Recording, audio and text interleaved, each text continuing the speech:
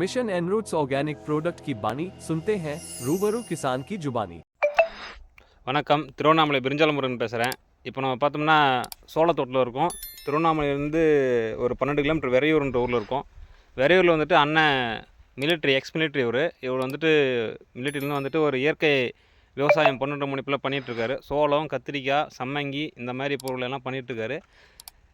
சோளத்துக்கு கிரவுனல்ஸ் நம்ம உரத்தோட கூடிய கொஞ்சம் யூஸ் பண்ணி எந்த அளவுக்கு வந்திருக்கு பாருங்கள். பக்கத்து கைங்களுக்கு கூட இந்த மாதிரி இல்லை, நல்ல ஹைட்டு இருக்குது, கதிரோட வளமும் நல்லா இருக்குது. பார்த்தாலே உங்களுக்கு தெரியும்.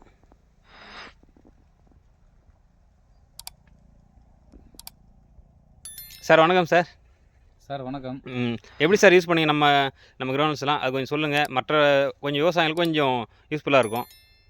ஸ்டார்டிங்கில் வந்து விதை நட்டு ஒரு 6 நாள் கழிச்சு டிஏபி கூட வந்து கிரவுண்ட்ஸ் யூஸ் பண்ணதால் விதனுடைய முளைப்பு திறன் நல்லா இருந்தது.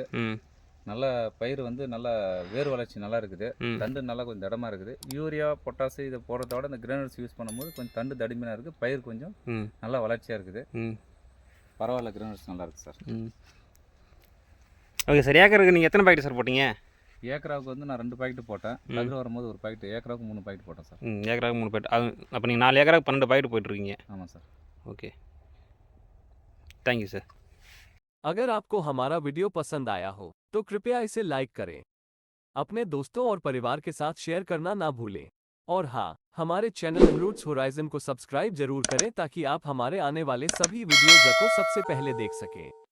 घंटी के निशान पर भी क्लिक कर दें ताकि आपको हमारे हर नए वीडियो की सूचना मिलती रहे।